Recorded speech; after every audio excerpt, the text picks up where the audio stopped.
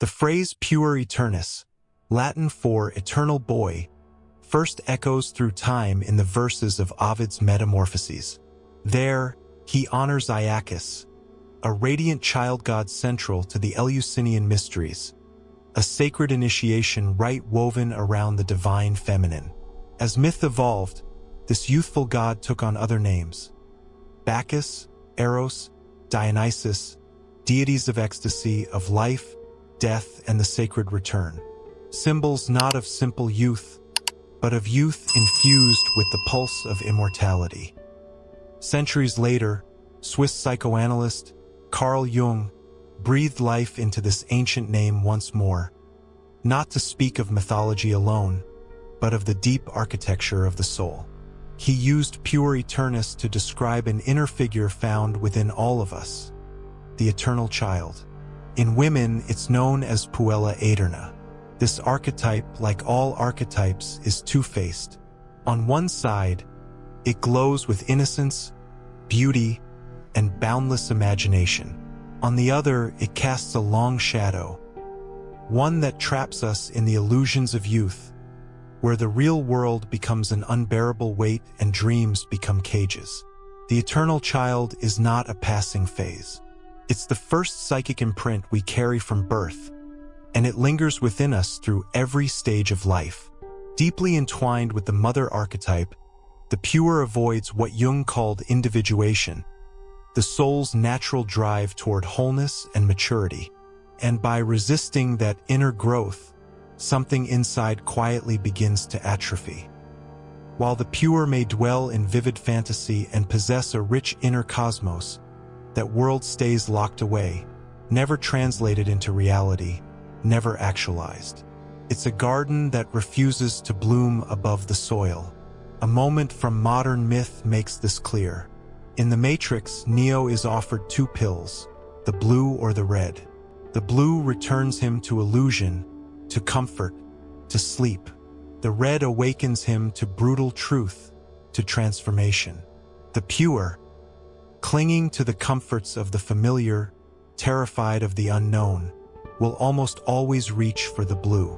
This archetype becomes especially relevant when life begins to stall. When relationships remain shallow, when work becomes intolerable, when dreams are vivid but actions are few, it is often the eternal child within that resists the weight of reality.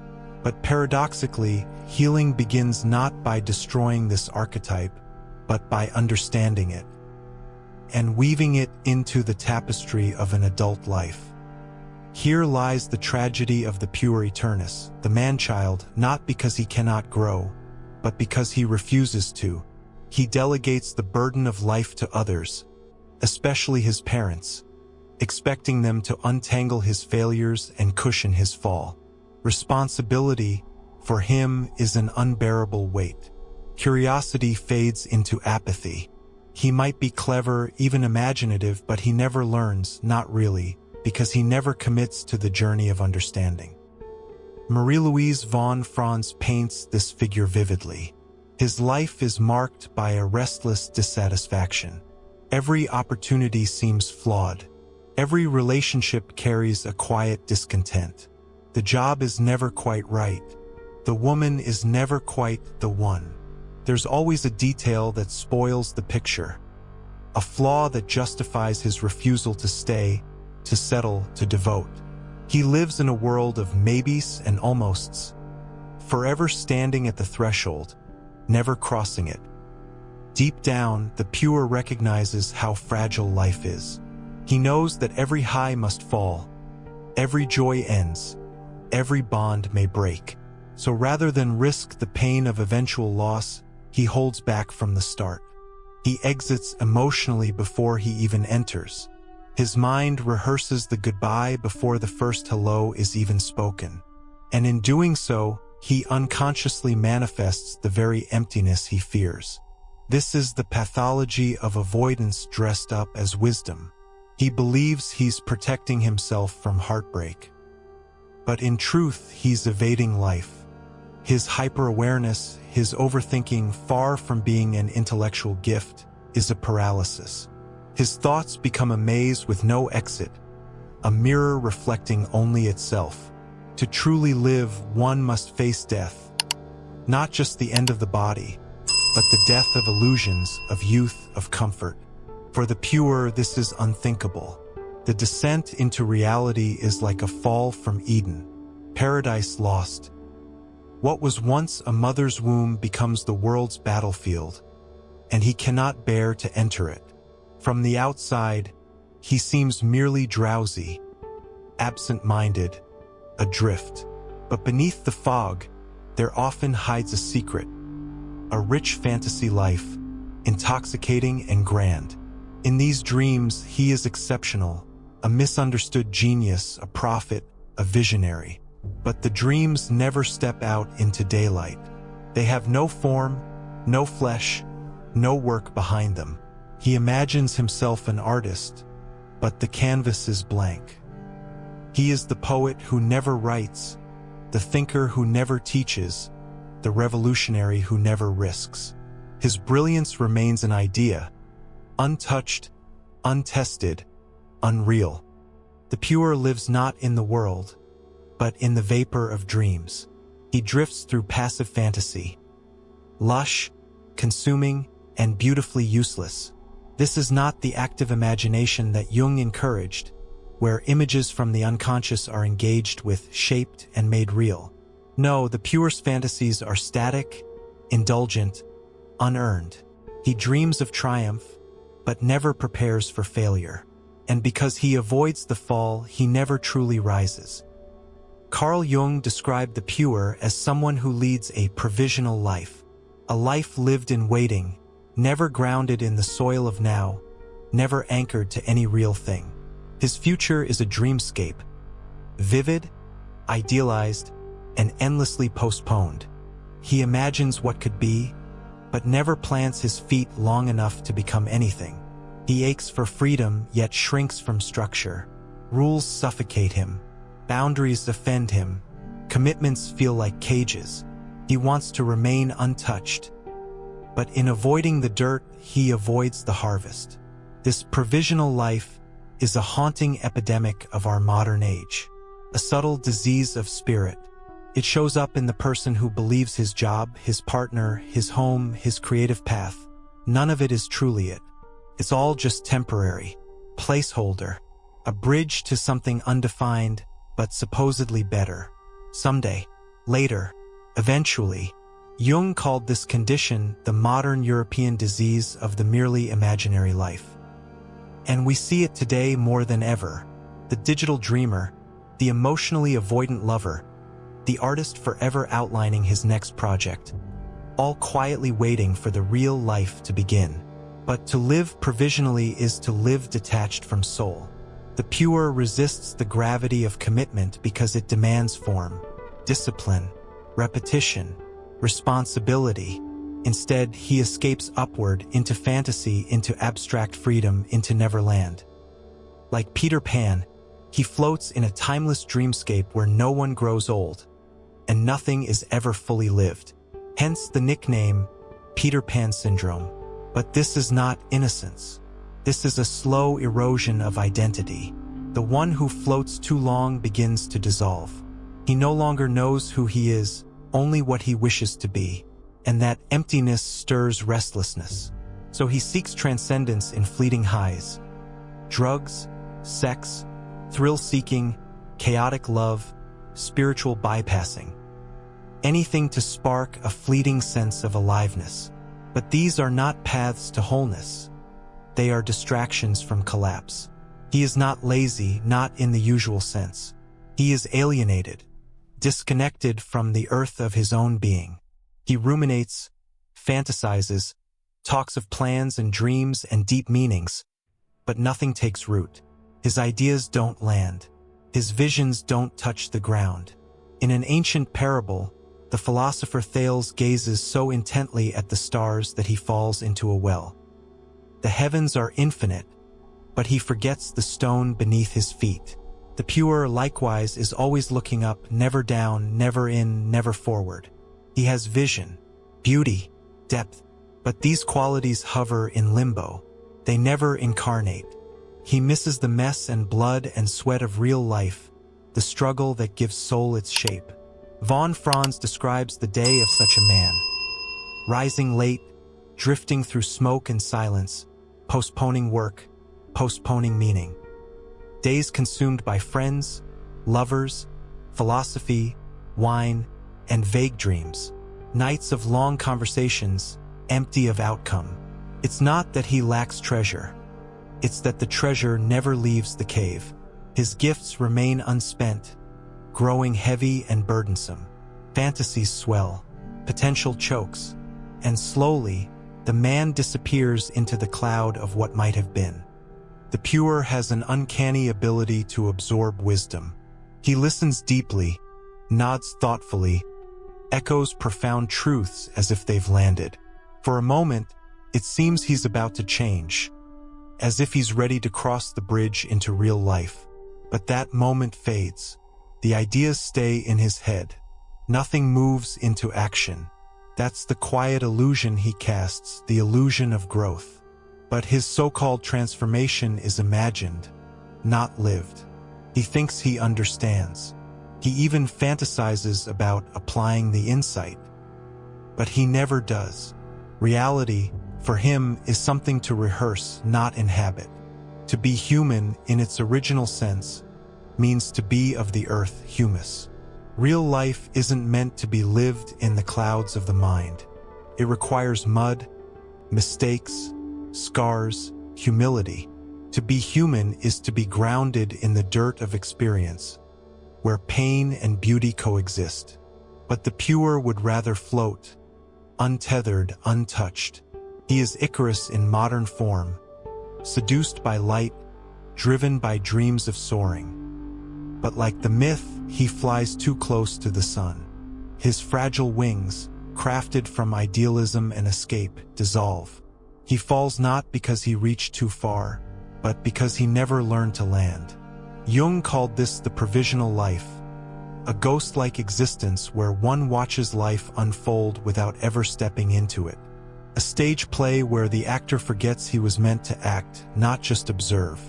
He tells the haunting story of a young woman, caught in this fog of disconnection. She moved through life like a shadow. She spoke, acted, made choices, but nothing touched her. She was unreachable. She lived, but without presence. Jung tried to guide her into contact with life, but her psyche refused entry. She existed behind glass. Not long after, she took her own life. A gunshot to the heart, right there in the street. But here's what makes the story unforgettable. She didn't die immediately. For a minute or two, she remained conscious. Jung saw her body, and what he saw stunned him. Her face had changed. He stared at her for a long time, trying to understand the expression. And then it came to him, it was the look of someone who had spent their entire life convinced that something was black. And in the final seconds saw that it was red. A bewildered clarity. A strange, almost serene astonishment. As if, in that brief window between the shot and death, she understood. For the first time, she had seen what life really was. But only in the moment she lost it. Sometimes it takes immense injury for the psyche to wake up. Sometimes the cost of awakening is devastating. That's how far removed some people are, not by choice but by a deep unconscious split. A psyche trapped in the inner world too long begins to drown in it. The ego, unable to emerge from Neverland, eventually collapses. What we refuse to live turns against us. But not all suffering wears the face of eternal boyhood. Some children are forced to grow up far too early, the inverted mirror of the Puer. These are the prematurely aged. Life, in its harshness, ripped wonder away from them before they were ready. They became independent, responsible, disenchanted long before their time. You can see it in their eyes, the tightness of someone who had to learn not to trust. The cautious smile of someone who never got to play. These are the lost children of realism. For them, life is task, not tale. They don't know how to love or let love in. And so, life begins to feel hollow. There is no meaning, no magic. The flame of eternal youth, the one that was meant to animate the adult spirit, has gone cold. The work of the therapist, in this case, is not to push them forward, but to lead them back into their childhood dreams. Not to live in them forever, but to reclaim them, heal them, and carry them forward into life with wholeness. There's another side to the eternal child, a luminous one. When the pure is in balance, he's radiant, spiritually alive. His charm, his enthusiasm, and his hunger for meaning can light up a room. He carries the energy of new beginnings, like the divine child, a symbol of potential, hope, and creative fire. Nietzsche recognized this. To him, becoming a child again wasn't regression, it was transformation. In Thus Spoke Zarathustra, he describes the child as the final stage of human becoming. The child is innocence and forgetfulness, a new beginning, a game, a self-propelling wheel, a first motion, a sacred yes. For the game of creating, my brothers, a sacred yes to life is needed. The inner child he speaks of doesn't emerge from immaturity, it's born after maturity. It's what appears when someone has passed through life's trials and returned with wonder intact. Even in old age, some people glow with that childlike presence. Not childish, but deeply alive. When this archetype is healthy, the pure is immersed in life. Curious, playful, bursting with imagination. He lives as if the world is enchanted. And in doing so, he creates. He affirms life. He says yes to what is and transforms it. Even the Bible echoes this archetype's wisdom. Truly I tell you, unless you change and become like little children, you will never enter the kingdom of heaven. But as time moves on, we meet another inner figure, the Senex, Latin for old man. He too has his gifts: patience, discipline, grounded wisdom. He's the builder, the planner, the one who stays calm when storms rise. In his light form, he appears as the wise old man, the stable pillar in a chaotic world. But the Senex has a shadow. He can become rigid, cynical, obsessed with order and control. He resists change, mocks spontaneity, and forgets how to laugh. When unbalanced, he turns cold and mechanical, a keeper of rules with no room for magic. The pure and the Senex are opposites, but not enemies. They're mirror reflections, each revealing the other. We know youth because we know age. We feel the weight of age because we remember lightness. Jung once wrote, "The pure shadow is the Senex, associated with Apollo, rational, structured, ordered. The Senex's shadow is the pure, instinctual, chaotic, Dionysian. Apollo is clarity. Dionysus is ecstasy. One gives us form, the other gives us fire. One builds temples, the other dances in them. The pure dreams, the Senex does. Both archetypes live inside us. Some lean more toward imagination, others toward control. But real growth, real balance, happens when the two can speak to each other. When the dreamer learns to build, and the builder remembers how to dream. The pure and Senex each know how to play, but their games are different. The pure finds joy in the fleeting. He thrives on stimulation, adventure, and the thrill of novelty. Hanging out with friends, watching movies, eating out, playing sports. These are moments that excite, but leave no residue. They vanish as quickly as they arrive. The Senex, in contrast, plays with purpose. His leisure has weight. Painting, gardening, writing, woodworking. His joy comes not from escape, but from shaping something real. His games leave behind a trace.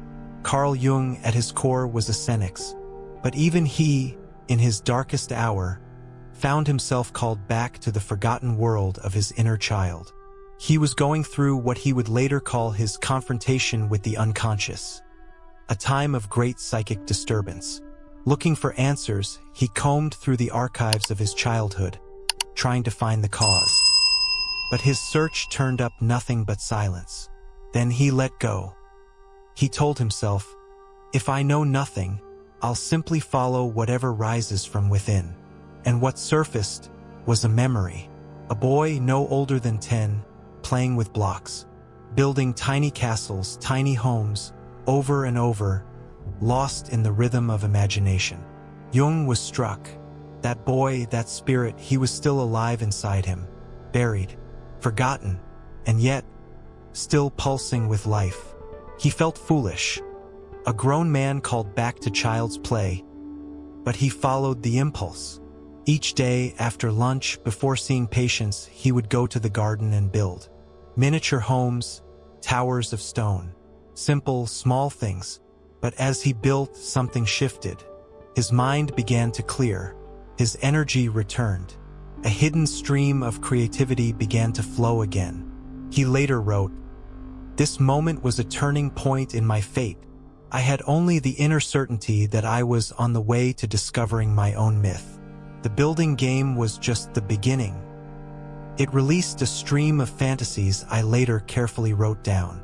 This wasn't a hobby. It was soul repair. He followed the trail all the way to Bollingen, a secluded place on the shores of Lake Zurich, where he would spend 12 years building the tower. Stones stacked with his own hands.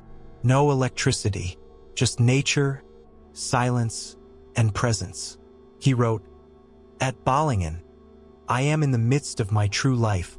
I am most deeply myself. This is the essence of the Senex rediscovering the pure. Play as sacred restoration, structure nurturing spirit.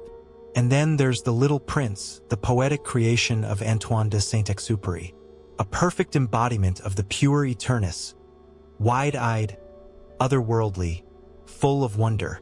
The Little Prince by Antoine de Saint-Exupéry is one of the most well-known books in the world.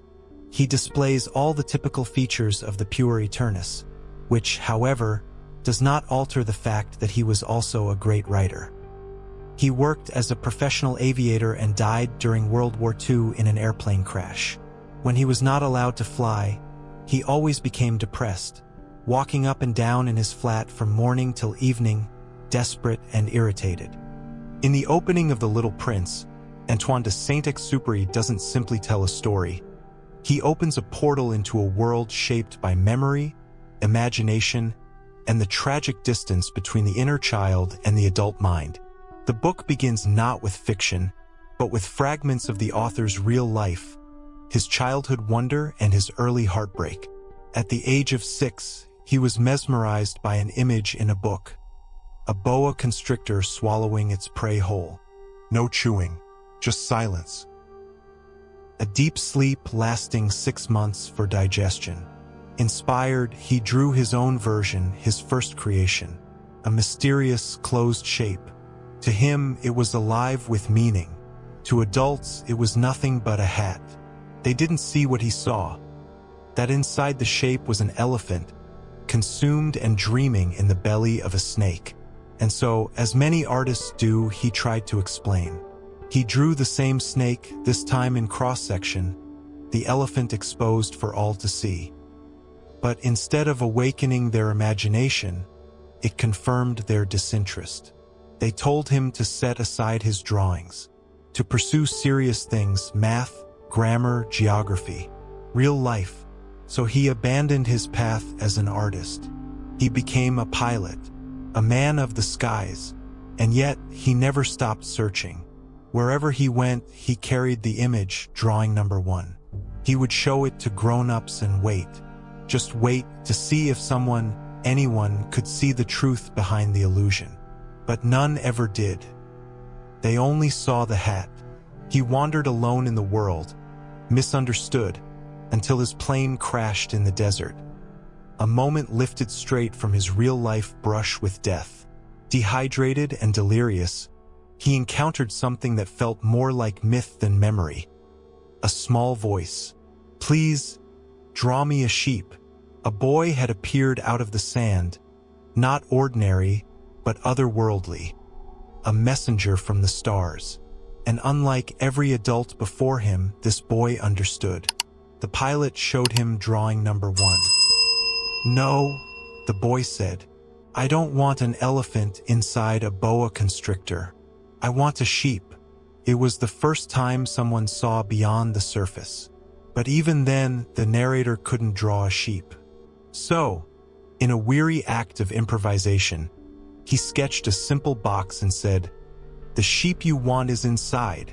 This moment reveals the lifelong struggle of the Puer, the tension between the demands of the outer world and the longing of the soul.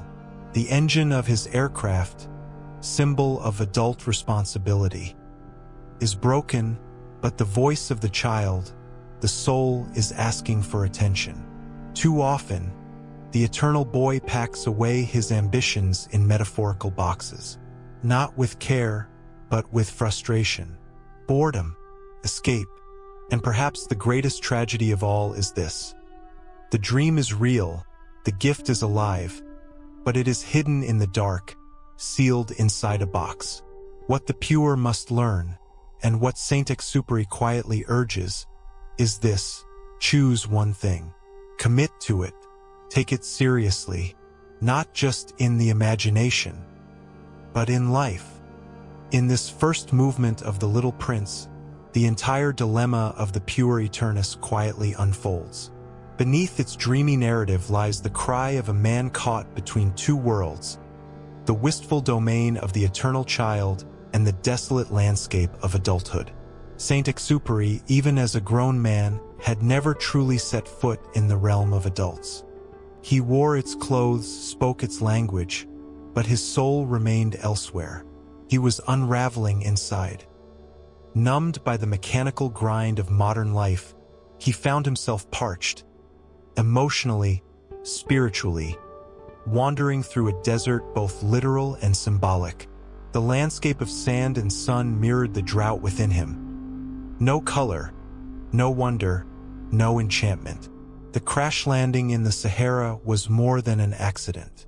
It was an initiation, one that demanded he wake from the stupor of duty and remember what it meant to feel alive. His unconscious, tired of being ignored, staged an emergency. In the adult world he had drifted into, everything sacred had been traded for spreadsheets and seriousness. He writes of one such man: "There is a planet where a red-faced man resides. He's never smelled a flower, never gazed at a star, never loved another soul. All he does is count, adding figures day after day. And like so many others," he repeats, "I am a man of serious affairs," as if that meant something. Saint-Exupéry was not just criticizing a man. He was mourning a world, a culture that had traded the sacred for the sterile, a generation that no longer danced with mystery, but marched to deadlines. The inner child, the artist, the dreamer, remained untouched, but imprisoned, trapped behind the cold mask of adulthood.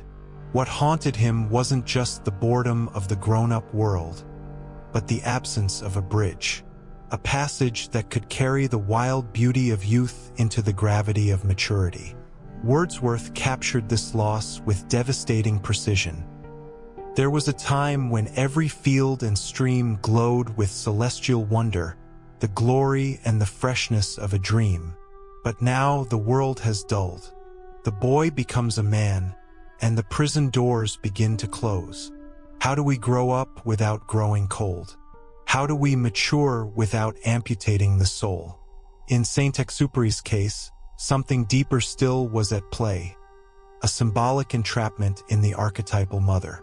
The nourishing, protective energy that once gave life had turned inward, smothering growth, halting emergence. He remained swaddled in the psychic womb, afraid to step into the wilderness of the adult world. The great mother had become the devourer. The protector had become the prison. Like the many-faced goddess Kali, she feeds and destroys in one breath, offering comfort that becomes a curse when clung to too long. Saint-Exupéry, for all his poetic brilliance, never crossed the threshold of transformation. He never took the path of the hero. And this is precisely what his iconic drawing of an elephant swallowed whole whispers to us in symbols. In African myth, the elephant is no ordinary creature. It is the noble giant, a living emblem of wisdom, strength, dignity, and unshakable presence. It represents the mature self, the one who journeys, who returns, who has faced the dragon and lived to tell the tale. But Saint-Exupéry's elephant is gone, swallowed, consumed, and not by the outer world, but by something more insidious, the devouring mother, that inner force born from the unconscious, that clutches the soul with comforting arms and never lets it grow. Ironically, the traits of the elephant, the gentle gravitas, the emotional depth, the quickness to rage that only music can soothe mirror Saint-Exupéry himself. It's as if his psyche painted the very image of what he longed to be, only to show it imprisoned inside a snake. He did not know what he was drawing, but the soul did. To break the spell of the Puer Aeternus, one must descend, not in fantasy but in body. One must return to earth, to the grit of dishes, deadlines, discipline. Real integration means real dirt under the fingernails. It is the only way to escape the weightless ether of dream life. And yet, there is a paradox here. The pure cannot simply become the hero in isolation. He must first become the sheep, the humble member of the herd, the very creature Saint-Exupéry placed in a box and dismissed. This symbolic act of joining the collective is the first blow to the mother complex. Because most young men cannot free themselves from the psychic mother by sheer force of will.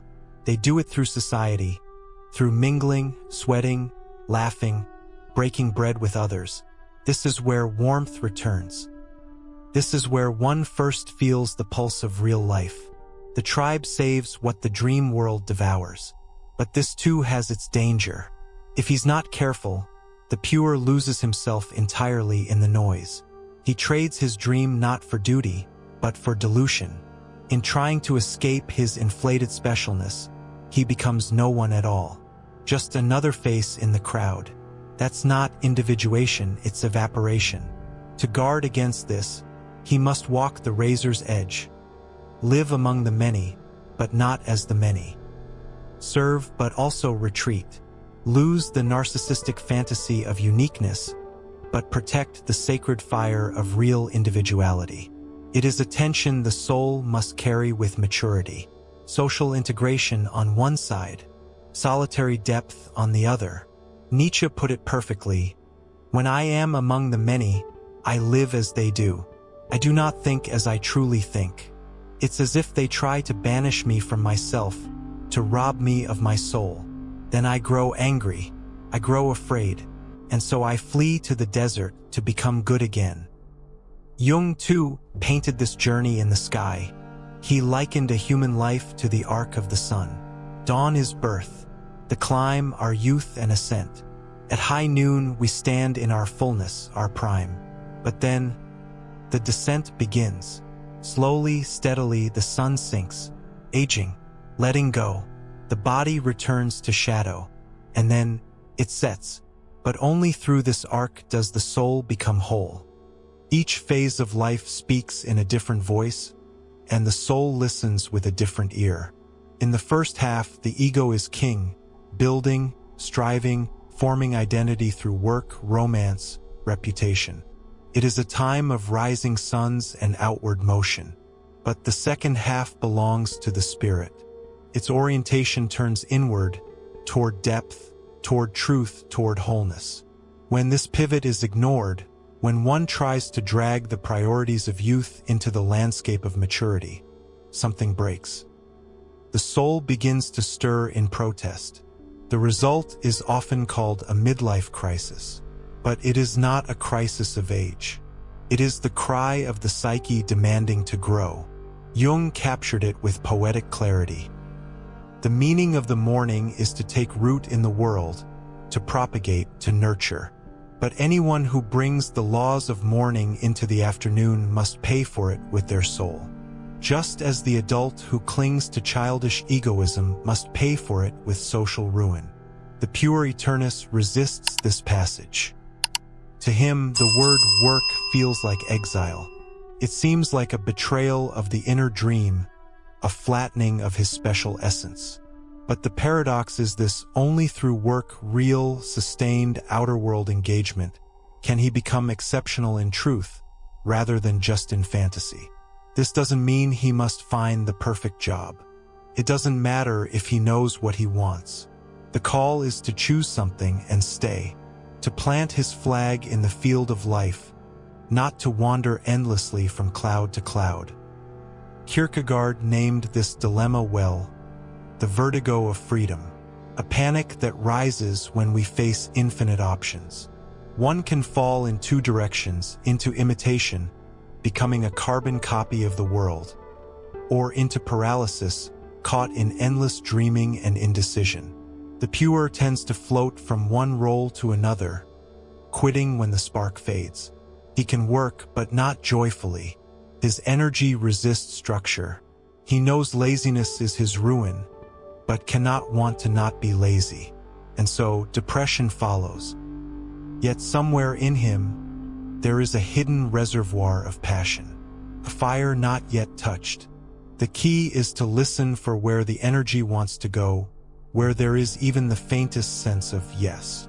The unconscious whispers in symbols and hunches, pointing toward alignment. Still, even then, every path has dull moments. Even the most sacred calling demands repetition.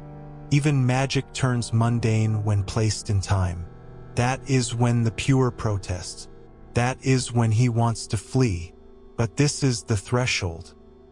This is where discipline becomes transformation. Jung said it plainly: there is no one path for a person to live by. Your path is made with each step. You cannot know it ahead of time.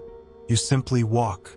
If you keep doing the next real thing, you move safely and truly along the road laid by your own soul. Speculating about how to live is useless. Just live. And that is the hidden secret. Not to figure it all out, but to show up. Not to escape the gravity of life, but to plant your feet and walk. Jung warns us: stop searching for life's meaning in distant abstractions. Don't waste your sacred fire chasing how to live. Just live. Dig your hands into the earth before you. Do what is nearest. Do what is real. When you do this, you step directly into the current of destiny. But the Puer, the eternal child, resists that call. He refuses to cross the threshold of the mythic journey. He remains where it is safe, wrapped in the familiar, unwilling to face the unknown. He avoids the passage that demands he confront his greatest fear, be it memory, failure, trauma, or grief. And because of this, he never meets the dragon, and he never earns the gold. He avoids transformation because transformation requires death. Death of the old self, the old illusions. Without this inner death, there can be no rebirth. And without rebirth, the self cannot evolve. In tribal cultures, boys were seized in the night, taken deep into the wild by the elders, and tested by fire and fear. This was not cruelty, it was myth. It was the beginning of manhood, the moment when the child is broken open by the world, and something deeper rises in his place. Being male is biology. Manhood is earned. It's forged in trial, affirmed through courage, and sanctified by a sense of purpose. The Puer longs for ease. He craves warmth, safety, pleasure. But manhood calls for sacrifice. It demands soul. Jung writes, "For the hero, fear is a challenge and a task. If the risk is not taken, life loses its meaning and slips into a flat, gray haze. Initiation is not gentle, it is fire. And in our modern world, these rites of passage have vanished. We no longer have elders dragging us into the wild. So instead, some turn to substitutes, military service, extreme fitness, survival fantasies. These men don't just want thrill. They long for a trial that will baptize them into real life. Psychologically, what they're waiting for is archetypal ignition, something ancient within them to awaken and orient their lives. For women, the Puer archetype meets its initiatory death differently. It may come through the sacred weight of childbirth, where Aphrodite, goddess of beauty and seduction, is laid upon the altar so the mother may rise in her place. In that moment, something dies, and something divine is born. But not all mothers transcend the Puella, and not all childless women remain children. It is not biology that defines the journey. It is the willingness to walk into the fire. Dreams are not just echoes of the mind. They are lanterns in the dark, guiding us toward wholeness. The inner child often emerges here, cloaked in symbols. Sometimes it trails behind us, a shadow of what we've refused to outgrow. Dependency, avoidance, inertia. Other times, it gleams ahead, radiant, beckoning us toward rebirth and expansion. Both are real. One is the chain, the other the star. The backward pull, the regressive child, must be surrendered. It clings to comfort and illusion. But the divine child of tomorrow is a promise of becoming, the seed of transformation. As we shift, our dreams shift with us. The unconscious is alive, and it watches how we treat its messengers. When we write our dreams, when we sketch their wild forms in color and light, something begins to move on both sides. The veil thins. We can step into those dream images consciously through active imagination. We meet the symbols halfway. We enter them, speak with them, shape them. And in that sacred dialogue, a hidden truth begins to awaken. Dreams don't need to be understood by us. They already understand us. Swiss painter Peter Burkhauser once dreamt of the Puer Aeternus and translated it into mythic form on canvas. A radiant boy, divine and wild, rode a cosmic stallion, thundering in from the far reaches of the collective unconscious. He didn't belong to earth or time. He was starlight in motion, the self in symbolic form. The boy had 4 arms, and from one hand bloomed an 8-pointed flower, mystical and geometric. The number 4, the sacred quaternity, echoes again. The cross, the compass, the elements, the cardinal directions. It speaks of totality, of divine symmetry. This vision mirrors the spirit of William Blake, a man who did not simply paint but perceived. His world was not built of facts, but of fire. He once said, "The tree which moves some to tears of joy is in the eyes of others only a green thing which stands in the way. As a man is, so he sees." Blake had glimpsed eternity behind form. He knew the world was shaped by the eyes that beheld it. And through those eyes, through imagination, the infinite reveals itself, not as fantasy, but as truth. If you made it to this point, you're not just watching, you're remembering, reclaiming, integrating. Comment below. I honor the child within me, the dreamer, the wanderer, the eternal flame, and I commit to grounding that light in the world. Also share with me, what part of your inner child are you reclaiming today? Let's see how many of us are ready to live with wonder and depth. If this journey stirred something deep in you, don't let it fade. Like this video to keep the spark alive. Subscribe for more soul-centered insight, and share this with someone whose inner child still dreams.